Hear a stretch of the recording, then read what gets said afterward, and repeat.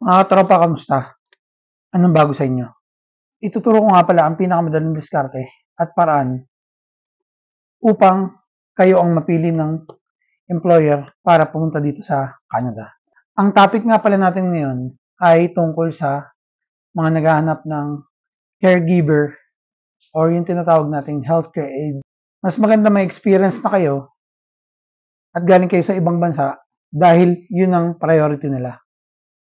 Disclaimer lang po, hindi po ako professional at gusto ko lang makatulong sa inyo para kayo ang mapili sa inyong pag-apply papunta dito sa Canada. Direct pakita nga natin yung hiring na may LMO available.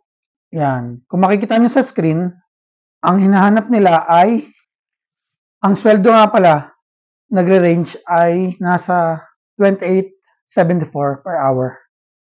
Ito po yun. Ito po ang location ay sa Vancouver Island, BC.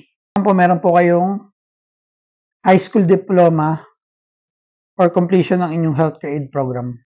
Ang gawin nyo po, copyin nyo po ang kanilang mga description or requirements or qualification at i-copy-paste nyo po sa inyong mga resume.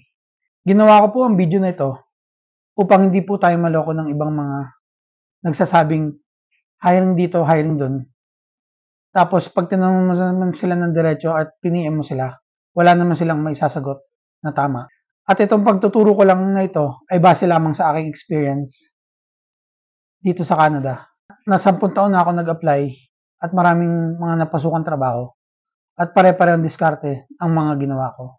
Tsaka sa paggawa ng resume, dapat po ay isang page lang at meron pong cover letter. Ang cover letter po, ang nakalagay po doon ay mga intention nyo sa pag-apply at kung bakit kayo po ang dapat piliin kaysa sa mga ibang aplikante.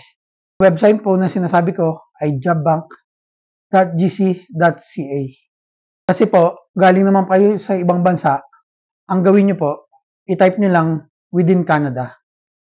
Ang itatype nyo po, LMIA. Yun yung work na hinahanap nyo. Tapos sa baba, LMIA.